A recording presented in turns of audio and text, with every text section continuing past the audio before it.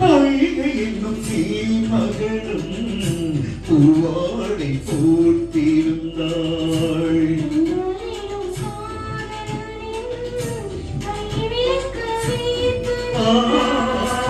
பொய்கை என்னும் நீ மகளும் பூவாடை போட்டிருந்தாள்.